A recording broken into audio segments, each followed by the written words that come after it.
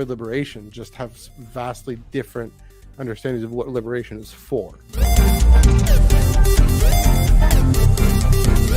I haven't seen this much importance and attention.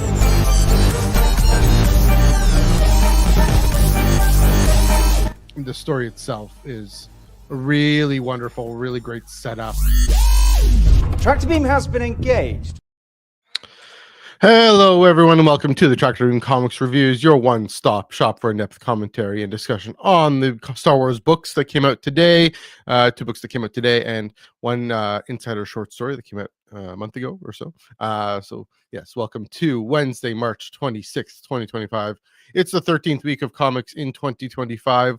As you can say, I'm flying solo. Those who are watching on the YouTube, I'm flying solo for the time being. Chris is on his way, he assures me. So don't you worry. You won't just have to hear me yap about Star Wars comics. You can hear both of us yap about Star Wars comics tonight. Don't you worry. But before that, let's get to the plugs out of the way. I'm Matthew, coming to you from Underworld North Studio in Toronto, Ontario, Canada.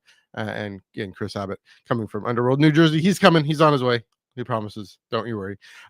Anyway, you can follow us primarily on Blue Sky at Ion Cannon, also on Twitter, Instagram, and Threads at Ion Cannon Pod, EYEONCANON, and of course POD on the end there.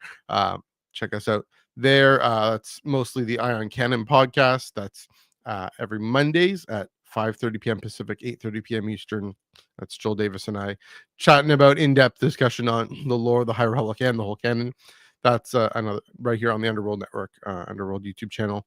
But yeah, check that out. Also, check out everything Chris is up to at Star Raptor on Twitter, STARRAPTER, and of course, youtube.com/Star Raptor, same STARRAPTER. Please do check that out for his comic book breakdowns, and everything else going on at transmissions and video game stuff. I'm sure he'll be around to do the plugs again at the end.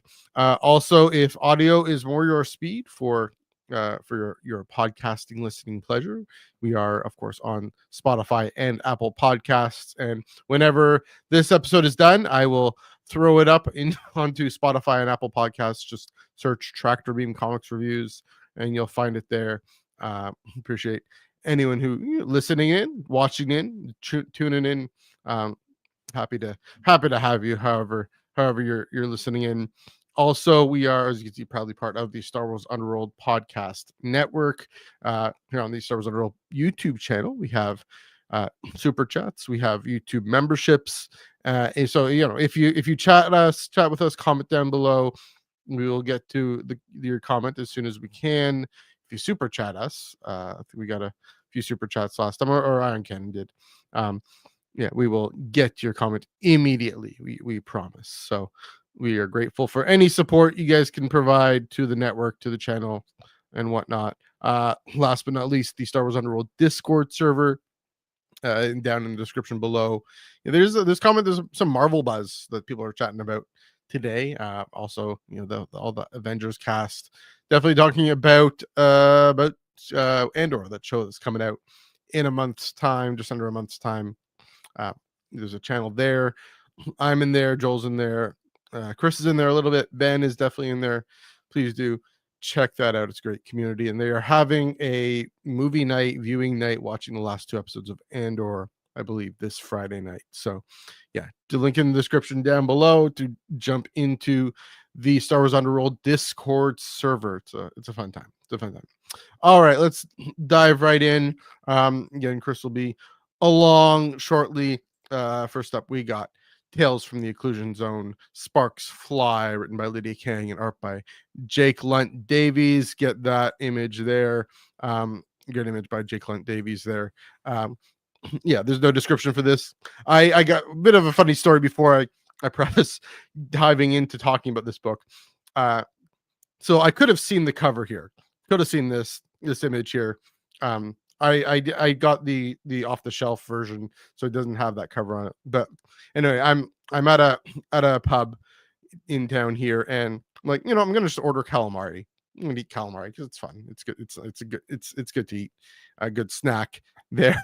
And then of course, turns out this story featuring Gal Tupfin, the Mon Calamari former head of security on Starlight Beacon, who of course in these Tales from the Occlusion Zone we discover was imprisoned by the Nile, infected with the blight, kind of out of commission. The Adrens pick her up from the Adrens and their crew pick her up in the Occlusion Zone, and now they're all back on Eriadu in their disparate places. And so it is just funny eating calamari story featuring Amon Calamari.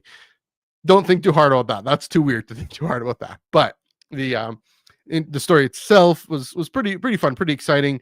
Pikka in her element, time to shine. She's ready to pop here. She's quite pregnant, and yet she's running around, taking on missions, or just trying to get into the action. She's clearly restless, clearly wants to go and help out with this battle of Eriadu that we know is engulfing and all encompassing, or it's all important, as we'll see a bit later on in the show. But here's Pikka. She really should rest, or she at least should get to the Ori, the long beam, where she can do more good from the safety of the cockpit and the comfort of the cockpit.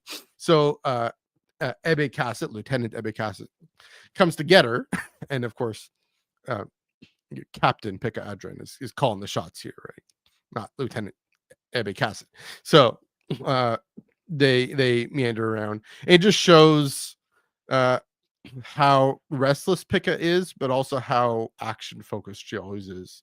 We meet her in Joss as these technicians or engineers on Starlight Beacon, but they quickly jump into the action, and it's been a year and a half or 2 years now, and they're just used to flying around, used to flying into danger. There's maybe this sense of impending, about to be a mom, got to keep being on the run, only so much time before I have to have this other being outside of me to protect and look forward to, take care of.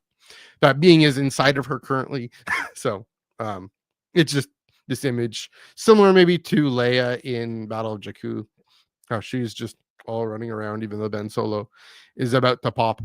That's definitely this. You think about pregnant women who 7-8 months pregnant and still want to work, still want to get out, and still want to contribute to society in other ways, in their day job and whatnot. So very, very strong character moment.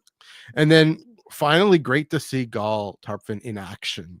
Again, she was taken out by the blight. You're really unable to really do anything. She's just held there, bound there. And here Pikka catches up to her. Pikka and Ebbe catch up to her, and she's fighting, and she's working, and she's moving, and she's she's confronting these Nile guards, and and then she Pikka just shows up, and then what happens? Gal goes underwater, lures all the Nile underwater, yoinks them down, and it was again great to see. Great to see Gal really in her element. Like I said, don't never fight a Mon Calamari in their element. So again, 2 great character beats there. It's interesting. I'll be curious to see how this connects with the wider Battle of Eriadu. Seems very localized and small, but still a fun little side story. I also suspect it's gonna show up in Trials of the Jedi, these characters as well. So that's all for me. I'm gonna bring in Mr. Chris Abbott now. How's it going? Hey, I made it finally. There we go. Oh, there we go. Yeah. How we doing? I'm doing okay. Sorry, folks, for the delay in the podcast. My problem, it's work stuff, but here I am. I made it. Life happens. How's it going? How's Underworld, New Jersey going? It's going good. I got my ticket to Andor, Nice. Twin Suns on Celebration Day. That's the one I cared most about. Yeah. I could do away with Mendo and Grogu. I could do away with Ahsoka Mhm. because I'm like, come on. Like me and you, we were watching the Kenobi 2 episodes. Like, they're going to show us the 3 episodes. They haven't confirmed it, but usually Yeah. if you're in the room for the panel, they'll say, we'll invite you back later that night to watch the first 3 episodes. So Hopefully looking not forward just to the. seeing. Sorry, go ahead. Yeah, no, I'm just looking forward to seeing, like, hopefully, like, they show us the whole first Yeah. arc of that. Which is not a big deal because you guys will get them like 2 or 3 days later, or whatever Sure. it's going to be. So Yeah, it's a few days they away. got to throw us a bone. But yeah, I'm excited there. Mhm. I'm excited for all that. Yeah, no, just been reading a lot of Star Wars stuff lately, which is always good. There you go. I hope it's not just the celebration stage, because I know with Kenobi, it was just the celebration stage. So because in London, I was confirming this in London. The people were able to watch that Mando episode on the Twin Sun stage, on the Galaxy stage. Yeah. So here's hoping. I was talking about Tales from the Occlusion Zone, Sparks Fly. Maybe pick up a few of your thoughts on that book. Oh yeah, I'm actually pulling up my notes as I got your notes. All right. This was out over a month ago that I like read February. this thing, as my notes were written on 2/11/2025. Oh, wow. Yeah. At the okay, so like let's say Pikka's 8 months pregnant, so we're getting ever closer to that moment, which has just been this far-flung moment that it's gonna happen. The middle of battle, it's gonna be in labor. It's gonna be crazy. I like the setup for the war. I feel like there's a lot of crazy stuff, especially now. Like reading what we'll get into later tonight with the High Republic, Fear of the Jedi, all roads are leading to Eriadu, and this is just one of those pieces. I think you're just saying, as I was waiting in the room there, that all this stuff is going to come to a climactic conclusion. So it's cool that we've been there with these characters. This is my notes. Literally, it says Gal Tarpfin is Jaws. His Jaws. That's true. That's great. Going around taking out the Nile. That was really memorable. Like I even remembered that, just not even looking at the notes. Yoink. So Yoink. that was really fun. Just like picking off the Nile one by one in the water.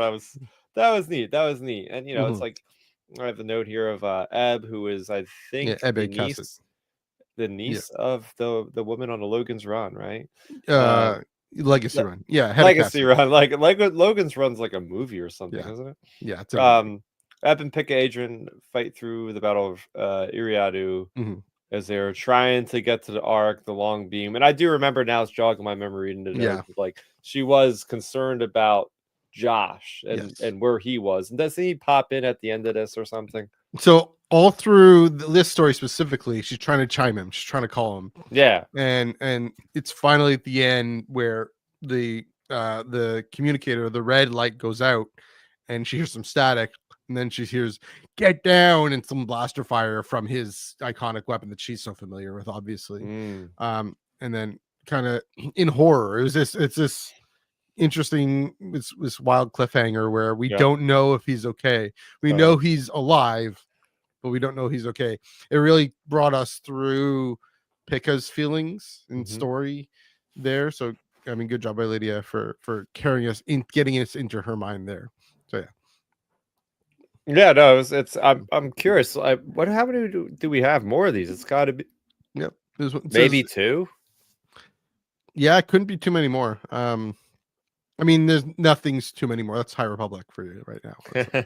It's March 2025. There's only April, May, June, 3 more months left. So yeah, we got the solicits earlier last week. I'm thankful that Fear of the Jedi will be out before Trials of the Jedi novel. Yeah, let's just hope that Dark Horse also follows that trend and gets, because I don't want to have to retroactively read a comic book. I want Trials of the Jedi to be the final nail in the coffin. That was probably the worst. Yeah, I know what you mean. That's a derogatory thing. No, let's go out swinging with the big novel at the end. Yeah, the way that it opened up with that first novel there with Hedda Cassidy. Anything more to say about the story? Should we move on? I'm very looking much forward to seeing these characters. I want to see them in comic book form. Darn, Yeah. I know we got the concept art of them a while ago, but I just want to see them showing up, whether it's Fear of the Jedi or the Battle of Eriadu one shot, or even the High Republic Adventures. I mean, you have these characters here. Don't, like you were saying, it felt like a very smaller story. Like, get these guys involved, get them involved with the bigger stories. I understand it's insider story, and there's like a sub fraction of High Republic fans that are even reading these things. But I mean, come on, you got to give Lydia Kang her due here. She's been pulling the threads along on this one for well over a year now. So and because it's interesting. I'm sure a lot of folks wait until the that collection comes out, which might have an extra story in it too. So it's just the different media. It's these short little snippets. Battle of Eriadu is going to be a short one-shot comic. I mean, it's not going to be short, but for a comic, but it's just one shot. So maybe see them all in that. All right, I think we can move right along to, speaking of High Republic, speaking of all that, Fear of the Jedi, number 2, written by Kevin Scott, art by Marika Cresta, colors by Jim Campbell, letters by VC's Ariana Marr, and cover by Mr. Phil Noto. I can get this cover up there. Oh, nope, that's the wrong thing. There we go. That's the cover there with Lourna Dee in all her splendor. There we go. The battle for Naboo begins as Keeve Trennis prepares to breach the storm wall. The Lourna Dee of old returns with murder on her twisted mind. The villainous Nihil hold Naboo, but for how long? A call to arms is heard and battle lines drawn. I think the best way into this book is to say, okay, Keeve and then Lourna. But also I want to start off with, okay, again, like last week, the Stormwall's down. Stormwall's down. What is going on over here? Sure, the Stormwall's down. I wonder if now you get it twice. It feels like this is an intentional sort of, we're supposed to be left in what's happened. How did this happen? Because the characters themselves are okay. Stormwall's down. I mean, we're getting a perspective of the people that are at the Stormwall. Like, it's the fleet. Like, they should be knowing. If anybody's gonna know, they're gonna know how the damn thing went down. So that's why it's even more puzzling for me. But go on. Maybe. I mean, Keeve. She's so getting into Keeve. She's so focused on commanding the fleet here, and she's so focused on what happens when the Stormwall is down. How do we get to Naboo? What do we do on Naboo? She's focused on stepping up into this martial role that she feels so inadequate to. So maybe that's part of it. I don't know. I don't think she'd lose that kind of focus. I think my point being, I think they're not supposed to know quite how this happened. It's supposed to be a mystery to them, and that's why it's a mystery to us. And so it was really, really fascinating to see our girl Keeve again step in to taking command, saying to Orbelin, "Stop splitting yourself up there." That's great. To Skier, so I'm gonna check in. Similar to Pikka in a way, another character who just can't stay on the sidelines. She has to jump in, has to go into action. What's her name? Commander John. I forget her name is the RDC commander, who was also Shahan? From Starlight Beacon. She all Keeve, what Master Trennis, where are you going? Where are you going? No, she's flying in to to take on this Nihil bogey that they encounter. And then the Stormwall comes down, and boom, off they go to Naboo, because that's where they're supposed to be going. Turns out that was a decoy, but we'll get to that at the end. But first off, what did you think of Keeve's whole little bit of arc in this issue? Oh, this is awesome. I love how we're getting to see the drama of it all with her not really wanting to be like in that kind of leadership role. She was shocked looking at how far she's come. First issue of the first run, she's just been knighted, and now we see, what has it been in real time, 2 or 3 years at this point. And now she's both a master, but a master of the entire fleet of the Republic Defense Coalition. Like, those are some big shoes to fill, especially with what she's been through psychologically, emotionally, physically at this point. So having to assume this mantle, and then suffering the hardships of just this lack of idea of what they're doing. They're just waiting there and they can't do anything. It's just this powerless feeling like, I want to save those people. There's suffering going on. I just can't do anything about it.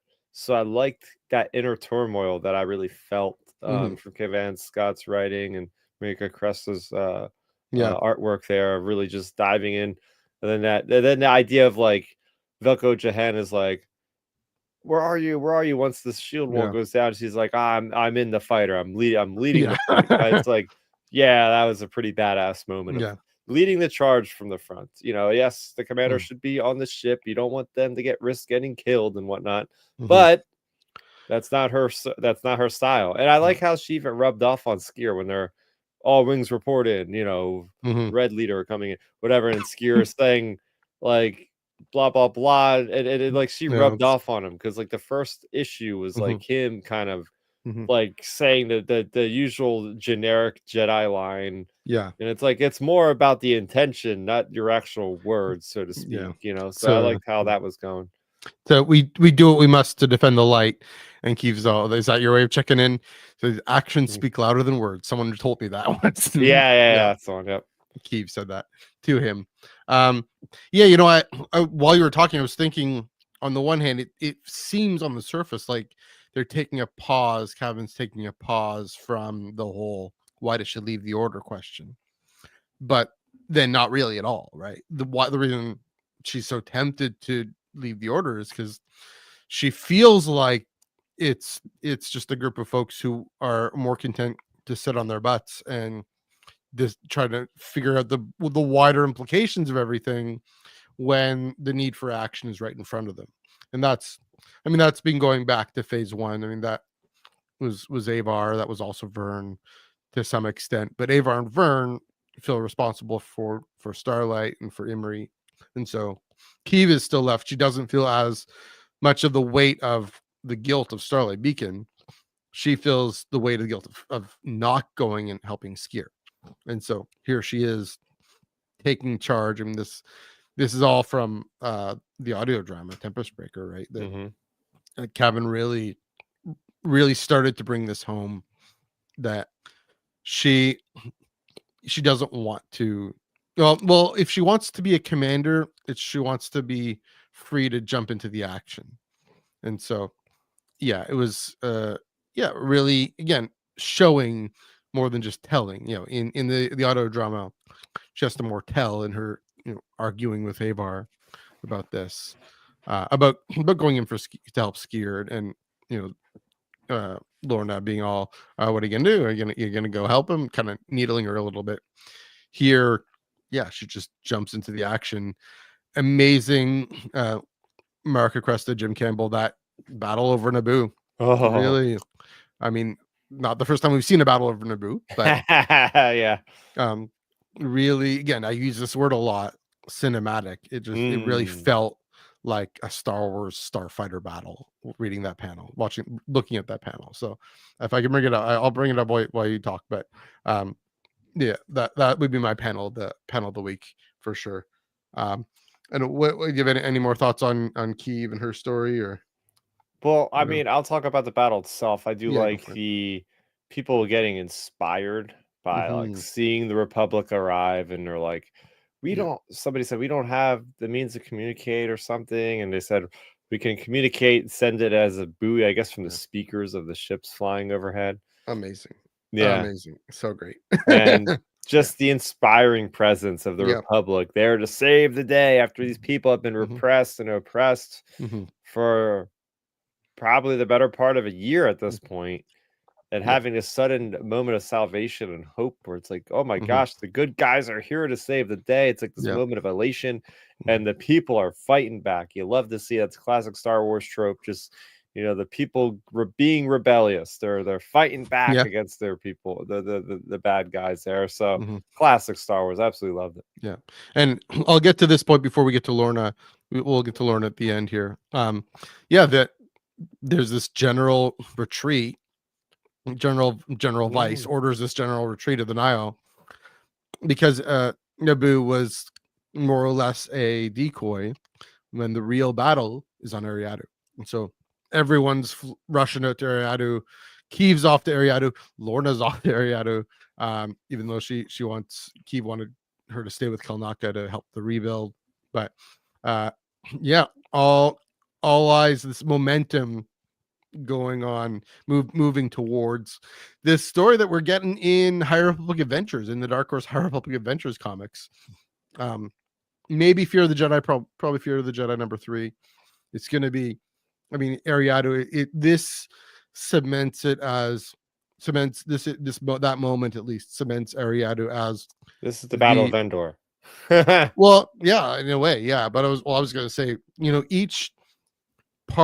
each wave of High Republic has had an event that everything comes around, right? Mm-hmm. First it was the dedication of Starlight, and then it was the fair, and then it was the fall of Starlight. Then it was the Battle of Jeddah in phase 2, right? And then it was then here, at least it's going to be the Battle of Eriadu is kind of like the Battle of Endor. This last stand still makes me wonder what on earth happened with the Stormwall. Is this Markian making a ploy or something? I don't know. Oh, maybe. Who knows? So yeah, maybe, maybe it's similar to like what the Emperor did for the contingency for get everybody to Jakku detonate a planet-sized bomb that'll take everybody out. Something devious like that.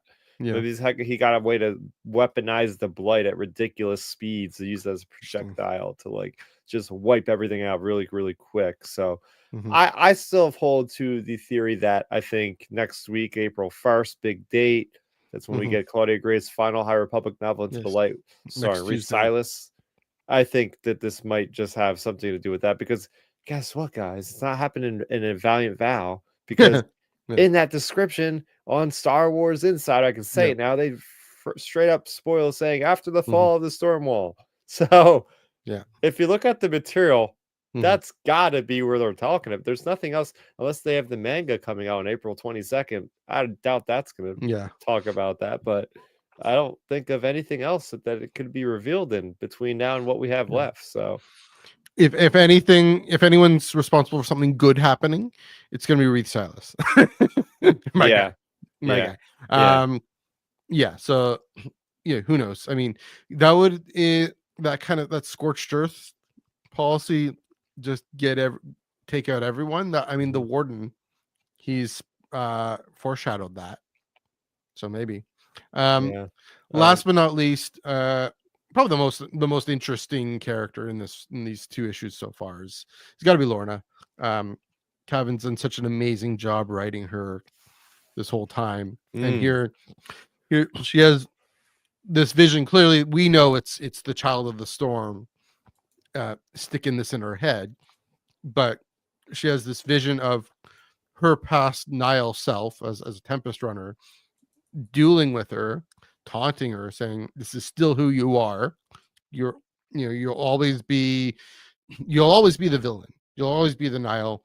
Even cracks the mask, which is an interesting Star Wars trope. Mr. Lord Vader over there cracks the mask, and it's Avar saying, "You'll always be the villain. You'll always be the enemy."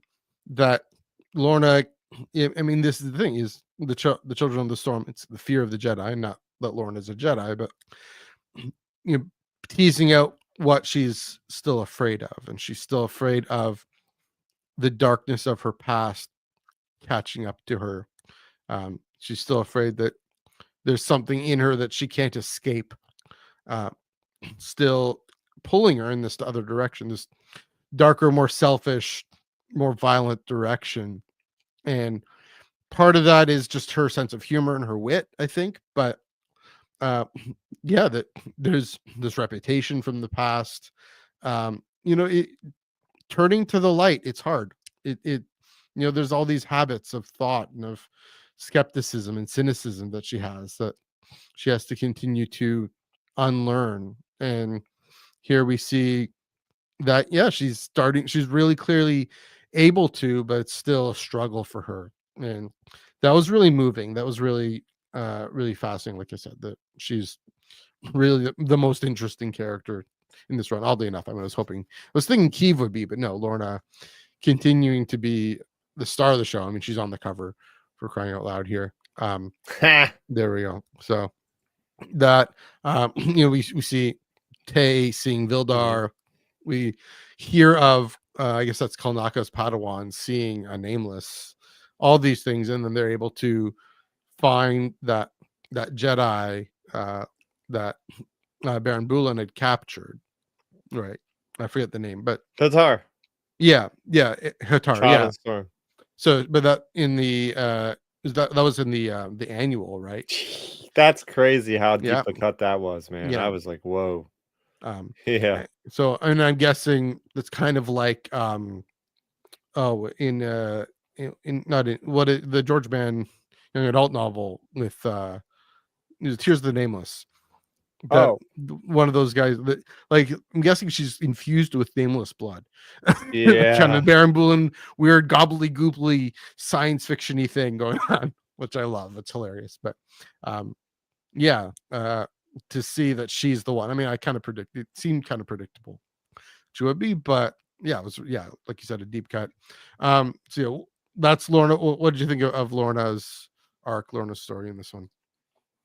Yeah, it's really something else, man. This is in Cavan Scott. I'll talk more for Cavan Scott in this because the way he's able to write horror and create horror stories within Star Wars. I mean, that's what the idea behind the namesake of this series, this miniseries, but also with the idea of the spawn of the High Republic, when Michael Siglain in that premiere video was talking about the High Republic, what scares the Jedi. And now we're not even talking about Jedi anymore. We're just talking about regular inhabitants of the galaxy, with this crazy devious device of Hatar hooked to this thing called literally a fear machine, permeating the horrifying visions. I like this so much because it's such a cool snapshot of like everybody's specific fear, and then back-to-back things, like even seeing that horrifying image of Vildar Mac, just like with the sharp teeth and the weird eyes, or no eyes at all, or something. It's just like, because it was just like, whoa, just absolute horrifying, and everybody's got their own little thing there, and they're end up fighting each other. So it was a really well done by the art team there to be able to seamlessly, like, constantly change the different characters as they're talking, and then there's somebody else that is just I loved from an artistic perspective, and just like the story perspective of exactly getting to understand the gravity of the situation, just the horror of like they're stuck in an endless loop and they can't get out, and if it wasn't for Kiev, they would have been done for. If it wasn't for Kiev and a storm wall coming down, they probably all would have been dead, because there's no way they were snapping out of that until the ceiling basically started caving in. Yeah, that's true. I didn't quite make that connection. I think Lourna is able to maybe connect the dots a little bit, but it's Kiev showing up, maybe even more spiritually, just the presence of Jedi to counteract that. But then also the ceiling, you're right, ceiling caves in. Like Lourna saying, tear down the ceiling, won't you? Keep firing, be careful. So it's even interesting then to see the two link up, because they haven't been, because Lourna's been on Naboo and Kiev's been in front of the storm ball, and so now they're together. Now in issue number 3, they're off to Eriadu together. And that'll be fascinating to see again. I mean, that's been such a dynamic duo in terms of like I said, like I would say during Kevin's High Republic run last year, Kiev pulling Lourna towards the light, Lourna not pulling Kiev towards the dark, but pulling her away from the Jedi and making her question that complacency, or her, what Kiev perceives as a complacency in the face of need. And I can see Lourna. I mean, it's pretty clear to me Lourna is going to be a big part of convincing her to leave the Order. That it's going to be, come on, let's go and take action. Fate, there's challenges, there's threats. Maybe before Trials of the Jedi, maybe during Trials of the Jedi, maybe at the end of Fear of the Jedi. It's called Fear of the Jedi. What are the Jedi afraid of? Getting their hands dirty, maybe getting a bloody nose, and they've gotten a bloody nose from the Nile for sure over the last 2-something years. Yep. So, that's why I say Kyiv is the most important character in the High Republic, because she's the bellwether of where the Jedi start as this order that's throughout the galaxy and really present and really active in being the guardians of peace and justice and taking action. And that she notices their complacency, their hesitancy, their anxiety to take all this action. It started with the Guardian protocols, but now it's going to end up with this just culture shift of we gotta bunker down, and it's subtle at this point. It becomes more overt over the next 200 years. But Kyiv, the reason Kyiv leaves the order is what signifies the beginning of the end for the Jedi. That's the beeline to Order 66, right? That's what we see with Vernestra and all her politicking in the Acolyte, right? If Kyiv had a word, Kyiv was still around during the Acolyte, she would have a word with Vernestra, right? So, lots of stuff to chew on. I don't know if you have any last thoughts on this one. Oh, I do have last thoughts. I Okay. almost forgot to talk about it. Mhm. The big Wookiee in the room. Kilnaka? Yeah, we got all this fanfare. I was Oh, yeah. excited. Like, yeah, Kilnaka, he's going to be a starring character in this 5-issue mini. They sidelined the heck out of him, almost worse than the Acolyte did. Like, oh, guess what? Okay. You got this cool Wookiee. I don't think he did a darn thing in this issue other than stand in the background. And then he Yeah. gets relegated to just mopping up the last of the Yeah. remnants of the Nile. We're never going to see him again. Yeah. He even mistakes him for Arkov. Yeah, exactly. So funny.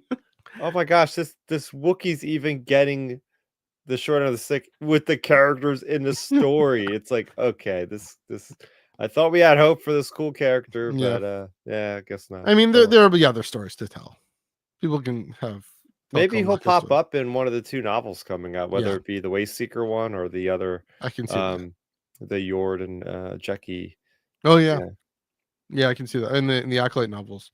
Also, I mean, again, Trials of the Jedi. Charles of the Jedi. Trials of the Jedi. Yeah. Lots of room. I Lots of also characters. I don't know if there's any room to show this kind of artwork between now and then, Mhm. but the panel at I was going to say Star Wars Celebration, that's on the brain, New York Comic Con, Mhm. they showed concept art of the wonderful Jedi Knights in the armor. Yes. I'm worried that we might not actually see that visually. The way that this is designed, I feel like, unfortunately, we might not really see those characters because, like, we don't follow Avar or Elzar Man or Bel Zettifar in the comics at this point. Right. So it's like, darn, such a cool visual thing is Yeah. going to be maybe left by the wayside, unfortunately. I mean, we did see it in the comic, The Rise of Kylo Ren, but Oh my gosh, way yeah, back the when. freaking Yeah. hologram. Oh my Yeah. gosh. But yeah. Well, I mean, Charles will describe it for us. There we go. There. How's it going, Lord Vader 2010? There we go. All right. I think we can move on to one more book, and then we got some bit of news to chat about. Got The Rise of Skywalker #2, written by Jody Hauser, art by Will Sliney, colors by Guru EFX, letters by VC's Travis Lanham, cover by Phil Noto, of course, adapting a film by J.J. Abrams. The First Order strikes. Rey and Kylo Ren's confrontation explodes, and they finally come face to face. The First Order captures Chewbacca. Will our heroes be able to rescue him, or is it already too late? With nowhere else to turn, Poe Dameron seeks out a mysterious figure from his past. I've done a lot of talking. I'll turn this to you. What do you think of Rise of Skywalker #2? another solid job by Jody Hauser and the art team there. Mhm. Will Slaney leading them, because Mhm. it just really adds more interpretation to some of the things in the film that might have gone too fast and Yeah. didn't have context. I love the fact that Jodie's able to put voices into the heads of the characters, literally like these thought bubbles, essentially, for Kylo, for Rey. Kylo in his head seeing, with his own eyes, the force lightning coming out of her hands and going, "Oh yes, she's the one." Yeah. That thought in his head is just something so minor, but it's something that really lends to, like, yes, he knew this whole time. He was trying to goad it out of her, yada yada yada. Of course, like, the layouts are absolutely beautiful. I love the interpretation of Will Sliney with this one, Oh yeah. giving us just timeless pieces like Dark Ray on a throne on Exegol, with Kylo Ren basically like they are the same. Okay, it just dawned on me right now as I'm speaking. It's literally like their grandparents. You Yeah. have Oh, Kylo yeah. as the enforcer, to Rey as the empress Yeah. on a throne. It's like, how great is that?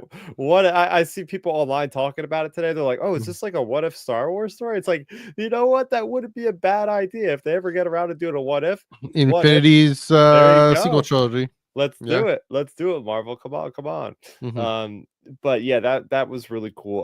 Also, of course, we get more deleted scenes, more Yeah. context, more stuff going on with Leia, with Maz, right? It's been a year since approximately Han died, Yeah. and various things happened at this point.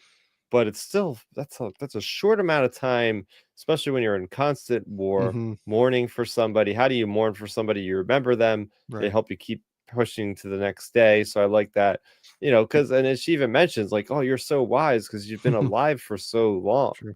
And she gives those words of wisdom, because we don't really see much about it. Same to how the first issue was with Rose Tico, like adding a Yeah. little bit more to those characters that we've seen in the background, but only had a line or two. So it's cool to pull it together. But yeah, it's that background art. Oh my gosh, Will Sliney is Yeah. so good at what he does. Like, all the likenesses look pretty spot on for the most part, all the way through.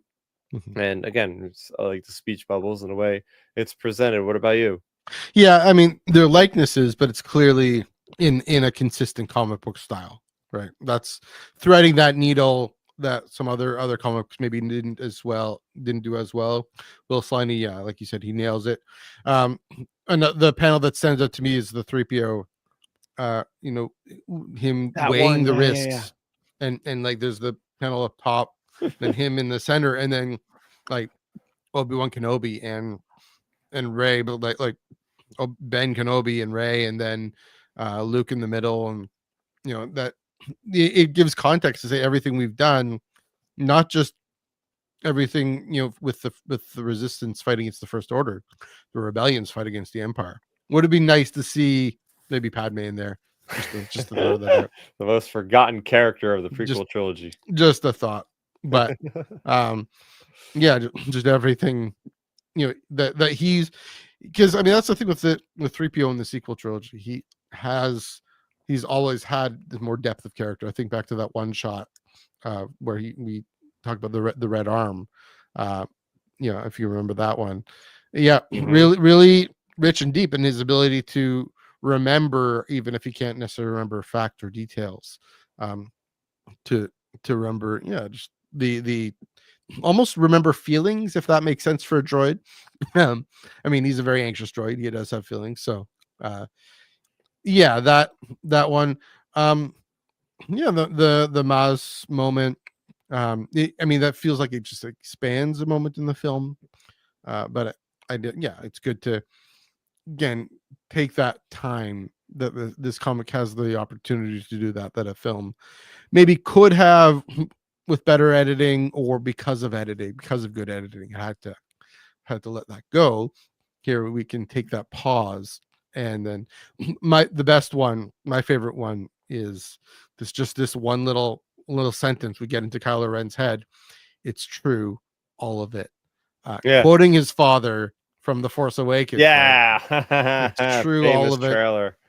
Yeah, and it just when he's on the Falcon saying, yeah, the Jedi and the rebellion and the Jedi and the Force. It's true, all of it. Rey and her power, and we know he's talking about her as a Palpatine, right? Like you mentioned, the granddaughter. That's true, all of it.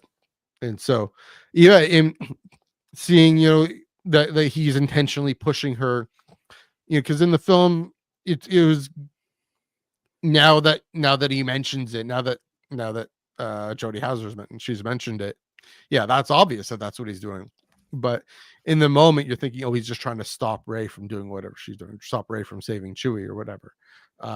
But no, he's also, I mean, later on in the dialogue, which we do see in this issue, he says, yeah, I had to push you. Yeah, it's true, all of it. Brilliant. One thing I will say, two things I'll say here. I didn't feel like this added as much as the issue number 1 did to the film. It still felt a bit more of a straightforward adaptation. Yep. What I will note is that the pace is definitely slowed down. Yeah. That, I mean, I'll have to ask Joel to get on this, but the issue number 1 was basically a third of the film. This one's really just, and this is just basically Kijimi, yeah. And so it's a good place to end it. Fascinating place to end it. I mean, they ended right before the big reveal. I was hoping that would be the cliffhanger. Yeah, that would be the cliffhanger, but instead it's Poe and Finn getting captured and Chewie getting captured again. So, and I was expecting, I think it was from the novelization, that they do more with Chewie in that torture scene. Yeah. In a novelization, they end up going through, and Kylo kind of remembers and has flashbacks of like Chewie in the cockpit of the Falcon and like flying with him, and feels like a little bit of like, I guess, remorse or something for like he was his friend. And we've seen that in the wonderful legacy of Vader. Like we see all those same images. So this must be why they decided to put this out now, because they work so well together, both of those ongoing. So that another connection to a recent comic, Zori, seeing her telling Poe there's more of us out there than them, seeing that the Spice Runners of Kijimi are on the side of the got some playing around in the comments there. Love it. Keep it up, folks. Seeing Zori, the Spice Runners of Kijimi, they're ultimately on the side of the resistance, on the side of freedom and hope, and rebellion. Like Joel and I have talked about, they want to be free to do whatever they want, but also, having Alex Segura's Battle of Jakku in recent memory with Zori's mother Zeva, that seeing how she and the Spice Runners joined up with Luke and the Rebellion or the New Republic, and having that, it hits different. I mean, that's the thing with Paper Cannon. These moments hit different. Seeing Zori tell Poe,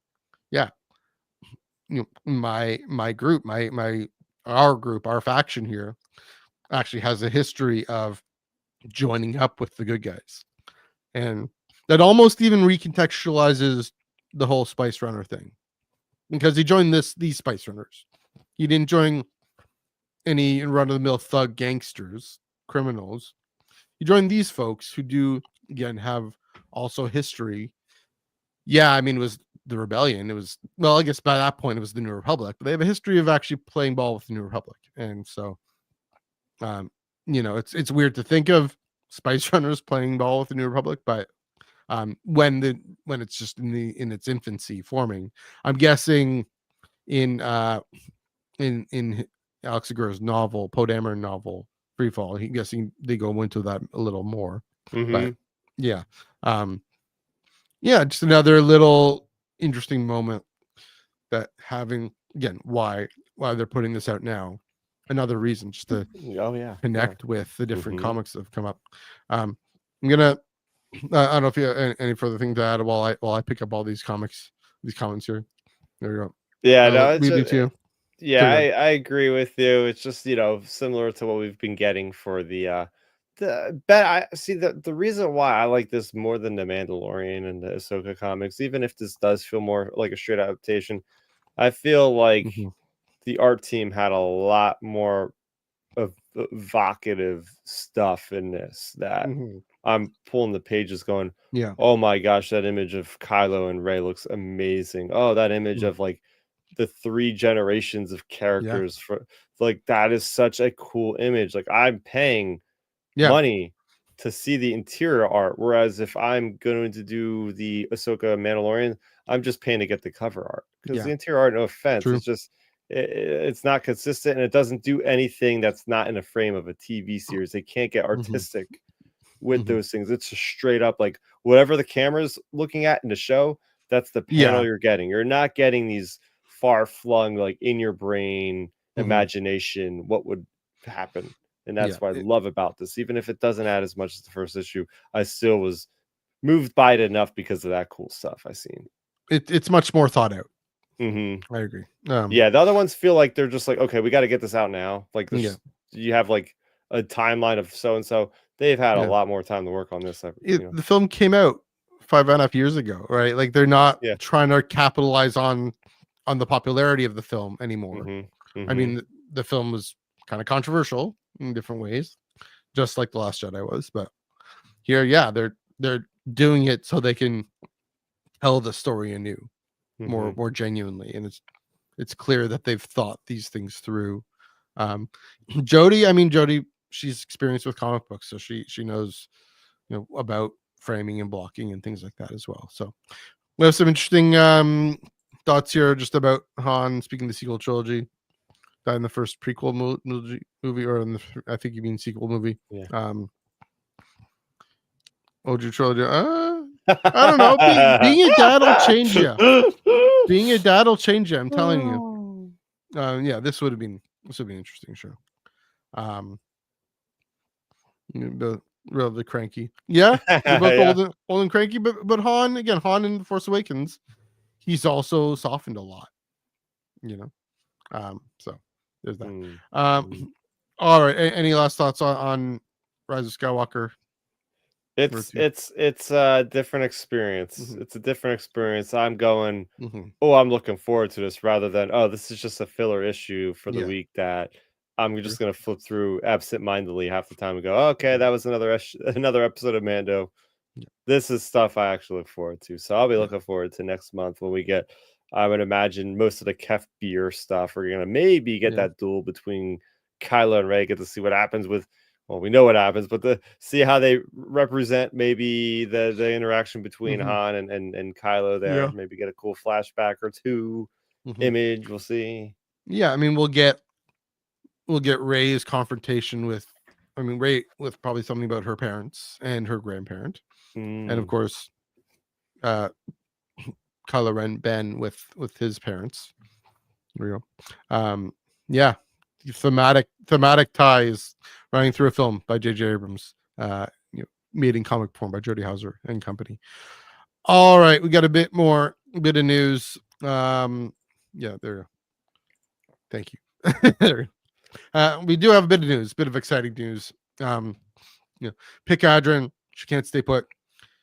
Charlie Afra can't keep her down. She's back. Joel and I talked about this on Canon, but yeah, let's dive into this news again. Collider reporting that Dr. Afra, Chaos Agent #1, will be written by Cherish Chen, art by Gabriel Guzman, and I'll show this cool cover by EJ Su. This is Dr. Afra, Chaos Agent. And this comes out. Hits issue #1 hits your local comic book shop June 18th. So check that out. And yeah, this book set to follow Afra is from the Collider article.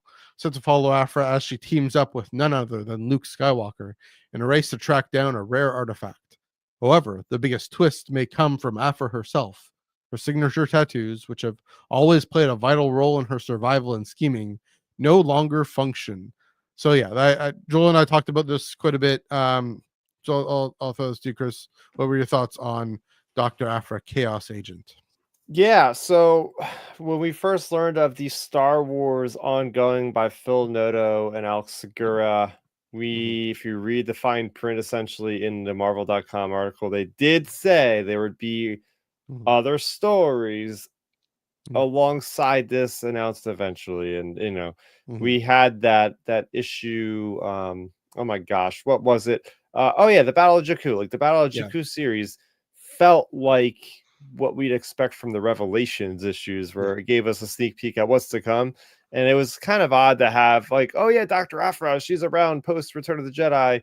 She's with Luke, and they're doing this Mhm. with the thing with the acolytes that are beyond, fighting them off, and Yeah. she gives them a hint or something. That was it. And that's all we've seen of her. So I said, oh, that's like the backdoor pilot for a Yeah. third run. Like you're not going Exactly. to introduce her now and just Mhm. not have anything to do with her. Same thing as we've seen Violent Valence, and we know. I showed you that really cool preview art, which you're like, don't show me that stuff. But I'm like, Yeah. it looks so cool. So we knew that was coming. Mhm. But that's part of the ongoing. So okay, so now Yeah. this is interesting. First glance, first look. Hey, we get an actual subtitle for this third run. It wasn't Yeah. just Dr. Aphra. We got Chaos Agent, which Yeah. specifically is right for her character. What I'm pleasantly surprised by Mhm. is, and I don't know if this is going to be just for the first arc, of how closely tied Luke Skywalker is with Dr. Aphra. Mhm. And Luke Skywalker, as we know, lore junkies like ourselves, like Luke has been going around, even after Empire Strikes Back, going around the galaxy and finding these artifacts. And I think a lot of us, after watching Force Awakens, go in fan theories and be like, oh yeah, Yeah. we're going to get a Lore Santeca adventure with Luke Skywalker. Right. And that's sort of happened because you read Shadow of the Sith, and Lore Yeah, a little bit. Santeca is with Luke there at one point. So that Mhm. has happened, and we've seen him in Rise of Kylo Ren as well.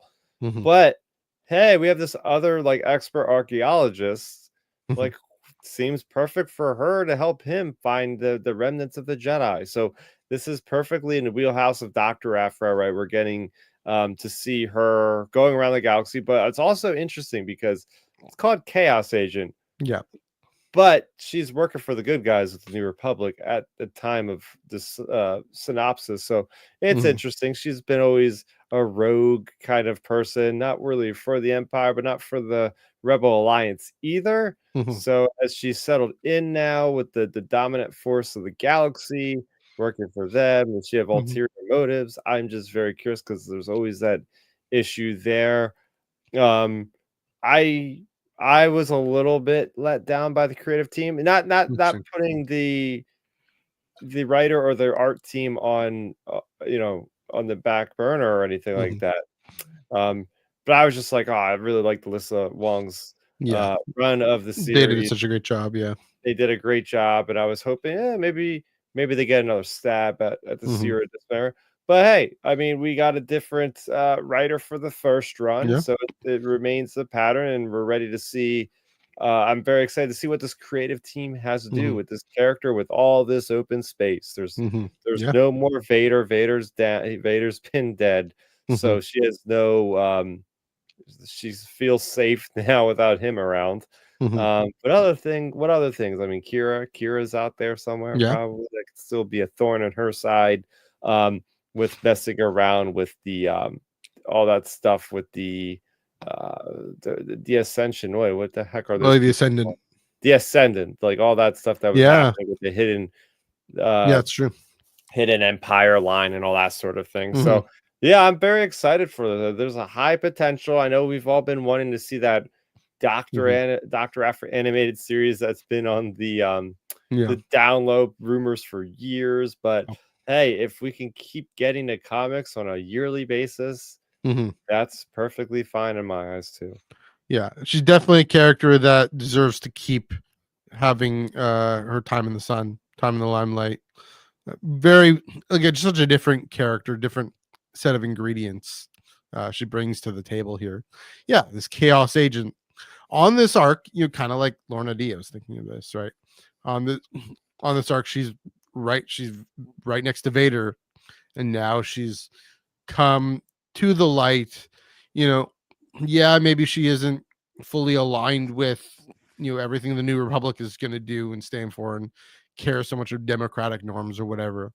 But she's been through a lot, and she's been through a lot of uh, a lot of constraints on her freedom, and a lot of constraints on things that would pull her away from the people who love her and care about her. And so the things that are within herself that would pull herself away, just that, again, cynicism, lack of trust. And there's Magnitova, and there's Anastaros, there's her father, there's that kid she ended up randomly picking up on a planet somewhere, forget her name, but yeah, all these different characters that show up on the Amexine station to help her out. And that's this moment that she realized, oh, I gotta actually be part of something bigger than myself. And so at the very least, Chaos Agent still maybe more settled within herself, which could be more wilder, because the more confident you are and actually secure in yourself, then you can actually take more risks and be more chaotic. She's just chaotic good as opposed to chaotic neutral, chaotic evil now. And yeah, looking forward to that. I am curious about, I mentioned this on Monday, curious about the thing with the tattoos, because that didn't really come up much. Oh yeah. In her run, both runs, that much. I mean, I think it was how the Ascendant head honcho, I forget the name of that computer program, basically linked with her, but and it was involved in the Scourge, so that might be why they aren't working. But maybe it'll play a bigger deal in their absence, in their lack of functioning. I think that's possible too. So definitely looking forward to it. It's June 18th. We will for sure be picking this one up and reading it, as we do with every new original Star Wars story, and then the Rise of Skywalker adaptation. But looking forward to this one. Any last thoughts? Go for it. Yeah. So I just like the idea that this character is still continued for 10 years. Yeah. Think about that. It's not a Boba Fett series. It's not a Han Solo series. It's not even a Darth Vader series. We're getting a Dr. Aphra series for a third consecutive time. Yep. We've spanned from Empire, A New Hope to Empire Return, technically Battle of Jeddah, and now we're getting post Battle of Battle of Jakku. Post Battle of Jakku now. Yeah, we're gonna see how long it goes, because it's nice to know that we can get brand new publishing characters that have this amount of fan approval behind them in this day and age. So she's the only comics original character to get Black Series, to get Vintage Collection, from as far as, well, not the only, but the main one. There's like comic set with Chris Anton and Vernestra technically, but she definitely gets more love. She symbolizes the best of what paper canon is, right? Yeah, like she symbolizes just this original new kind of character. That whenever somebody cries about canon not like being up to snuff with Legends and the characters don't relate, I just say, hey, what about Dr. Aphra?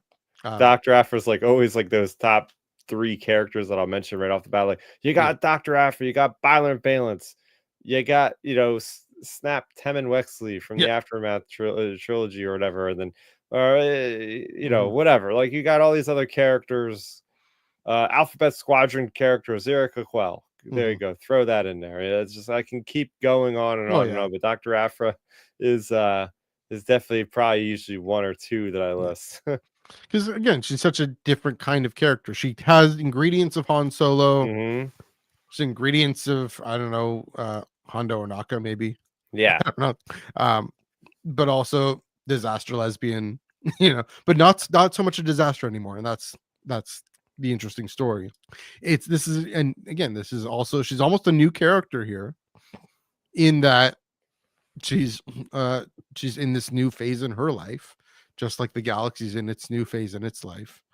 So really excited. Also, Cherish Chen wrote an image book called Radiant Red, so creator owned. So mining some new blood there, some more indie-ish. Image is sort of indie, it's creator owned. And so looking forward to what she brings to the table, as well as Gabriel Guzman And yeah, we already see what Ijaisu, that wild lightsaber, were. He's igniting the green there. He's igniting the green there. There we go. All right. Any last thoughts on this one? Mm-mm. All right. I think that about does it. Well, we got a part of massive verse. There we go. No, you got more thoughts? Oh yeah, dude. There's a whole nother Dark Horse comic that got announced on Friday. It's called It's called. Oh, it's gonna be another mouthful. Hold on to your butts, guys. It's called Star Wars Hyperspace Adventures. Kit Fisto, right? And the Terror of the Beyond, or something like that, or Terror of the Depths, something like that, right? Yeah, something like that. Okay, we'll put it in next week's notes. Oh, okay. We'll talk about it next week. I completely forgot about that one. No, I was so excited to talk about this tonight. Okay, well, go ahead, talk about it. All right, I'm gonna pull up the notes because I had it on my my other podcast. We'll talk about it again on next Wednesday. I'm just pulling up the exact title. I have a link to it, but it's basically a team up story from Dark Horse, similar in the vein of the Bad Batch and what they're doing with Poe Dameron, right? So we're getting a snapshot of a certain era of Star Wars characters. I believe it's a 4 or 5 issue miniseries starting in July. And it's all about our favorite Nautilin smiling Jedi who basically is in his element because he's on this mission with both Mace Windu and Shak Ti. When's the last time we got a good Shak Ti comic? I don't even think we've got one in canon, but it's them, and it's like he's an aquatic species. He's going to be fighting these creatures and these monstrosities beneath the waves, and it's just in time for the beach weather. Like I'll be at the beach, I could be reading this thing and just looking out at the Atlantic Ocean going, oh, this is a time to be alive. So it's a great marketing, great timing for something like this. And again, we're going to be talking about Bad Batch next week, but so far that's really hit it off. I'm sure our friend Ethan Sachs is going to kill it with the Poe Dameron miniseries. I'm liking this trend with the new Dark Horse, and this is our first look at the post. The post. I was going to say Rise Skywalker. Post the High Republic. Stories that Dark Horse can be taken, because like you look in the last 2-3 years, like 90% of the stuff they've been putting out monthly has just been High Republic stuff. So the question has been like, all right, what are they going to do without the next big initiative? What's happening next? And I like how they've pivoted because take the Star Wars Adventures or the hyperspace stories after that with what you will. I just don't think they added a lot to the overall Star Wars mythos. It's really hard to do that when you're just jumping around every issue. Those hyperspace stories. They're really fun, and they're the ideology. They're the poster child for like, hey, a 5-year-old could pick up this comic and read it and then go on to the next thing. Next month, don't have to worry about what happened last month.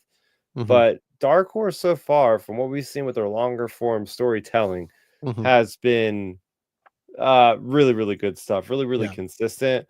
And I like, again, how we're jumping around jumping around everything here. We're going around different timelines here.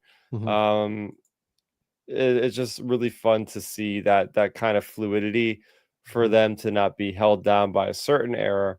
Every 5 or 6 months, we're going to be diving into a different storyline with these various people. But yes, this is Star Wars Hyperspace Stories, Tides of Terror.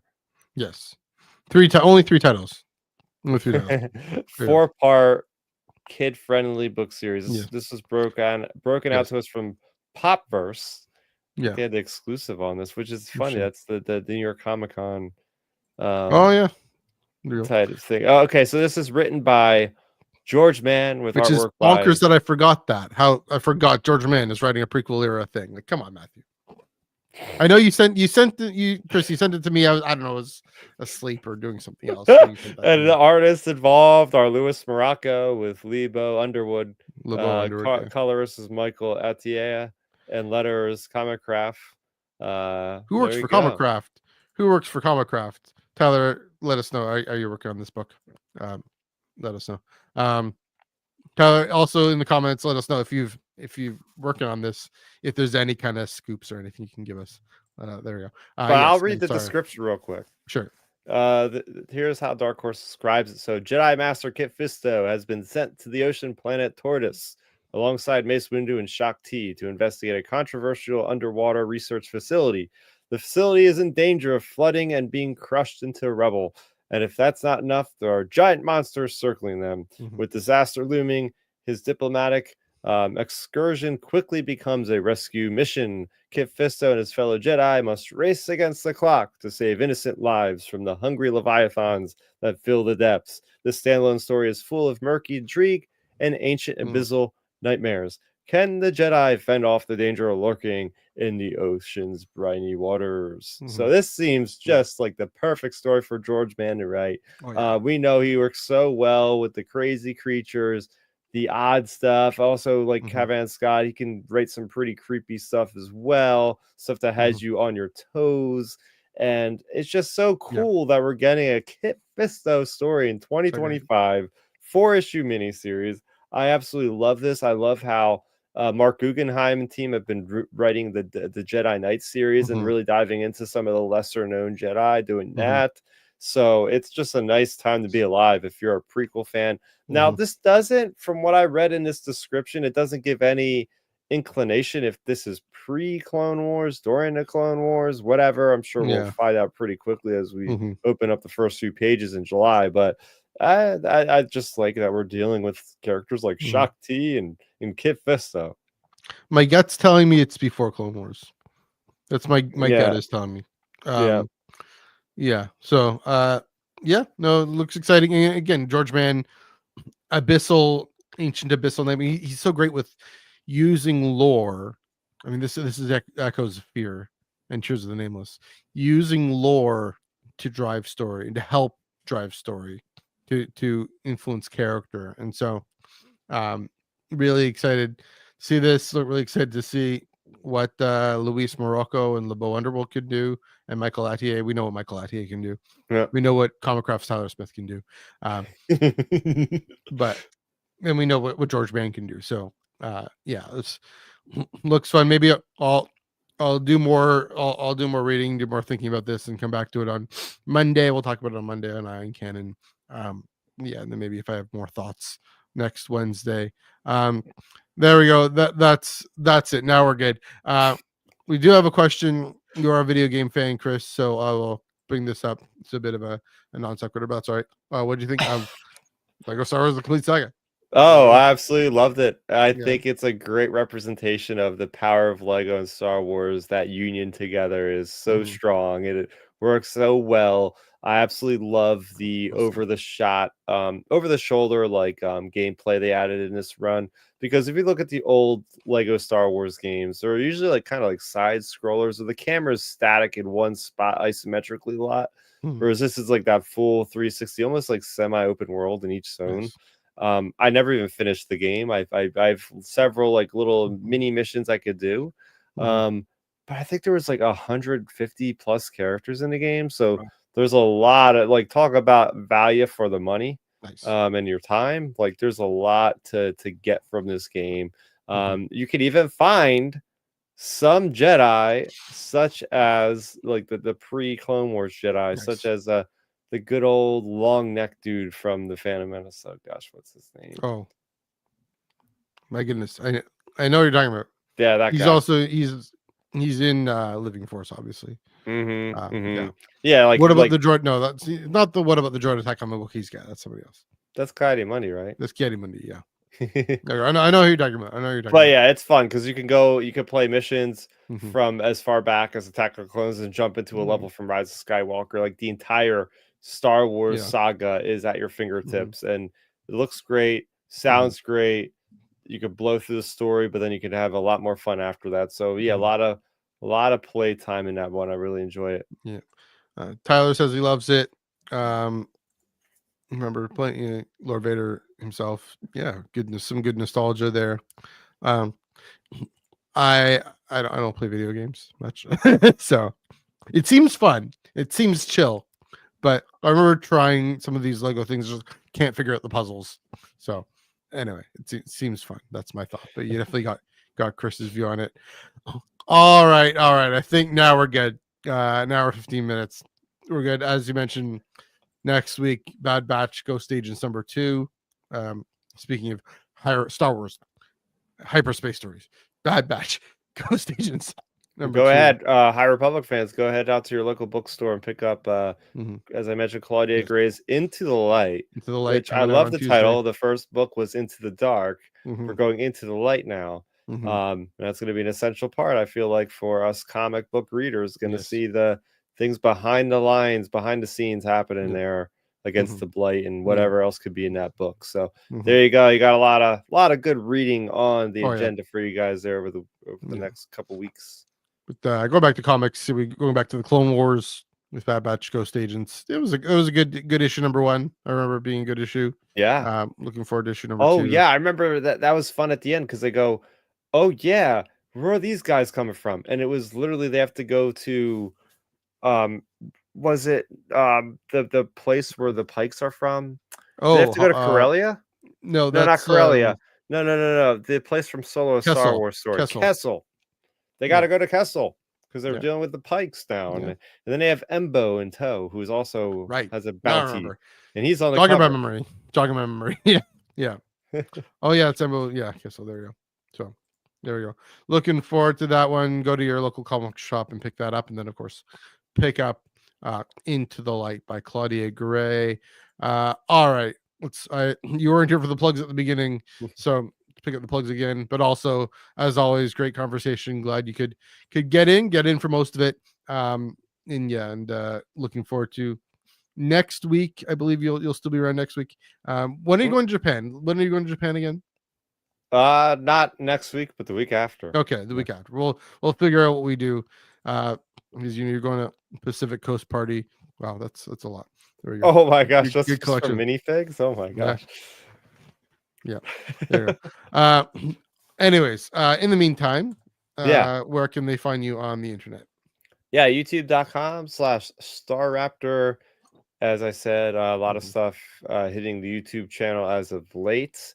Last week on my podcast, every Sunday, we do Outer Rim Transmission with my friends Ben and Milton, and we talked all about Andor. Then we got a nice trailer literally 12 hours later from the podcast on that Monday. I said, this is what happens when you're a podcaster, ladies and gentlemen. Just like with these comic book announcements we were just talking about, literally 12 hours after recording, they decided to drop all this news. Like, where were you guys 12 hours ago?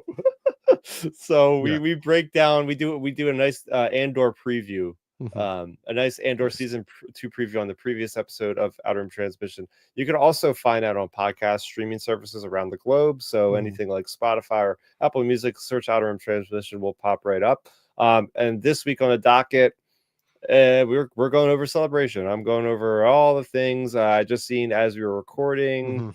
They released all the exclusives that Celebration is going to have. Some cool Hasbro figures, Jazzwares, and so I'm going to be break it down to panels, all that sort of thing. So if you're curious, want information, we'll be going live 7 p.m. on this upcoming Sunday Eastern time. Nice. Definitely do that. Sub over to Star Raptor. Appreciate it. Yeah, there we go. And also twitter.com/StarRaptor. So I just wanted to get that in there. If you're a fan of Assassin's Creed, you're going to see a lot of that. Traveling feudal Japan, which I will be literally traveling those footsteps of my character in about 2 weeks' time. So traveling feudal Japan, hopefully not so much feudal Japan. Hopefully very contemporary, civilized, and not people in clan wars everywhere. Although hopefully you guys can explore some good history as well. Yeah. There we go. I look forward to any and all photos you can send me. There we go. You can find me, speaking of YouTube and other podcasts, it's nice to have a podcast on a Monday, the day the trailer dropped. That was fun because on the Ion Cannon podcast Monday night, Joel and I did talk about the trailer, talked about Andor. Then we went into a discussion on villains of Star Wars. So that is right here on the Star Wars Underworld YouTube channel. Just go under the live streams. That is on the Ion Cannon podcast. That goes every Monday at 8:30 p.m. Eastern, 5:30 p.m. Pacific. Again, right here on all the Underworld socials, Underworld YouTube, Underworld Facebook, Underworld Twitch, and Ion Cannon Twitch as well. And then we can this coming week. What are we talking about this coming week? We're talking about we're talking kind of building up the Andor content, the road to the rebellion, kind of the road to Andor, going through that history of the rebellion and the alliance to restore the republics again. Check that out right here on this very channel, Monday, 8:30 p.m. Eastern, 5:30 p.m. Pacific. You can also follow my personal Instagram, MNEUG1138. I'm also on Threads and Blue Sky, MNEUG1138. Twitter, still on the Bird app at NEUG485. And of course, Blue Sky at Ion Cannon Pod. Just Blue Sky at Ion Cannon.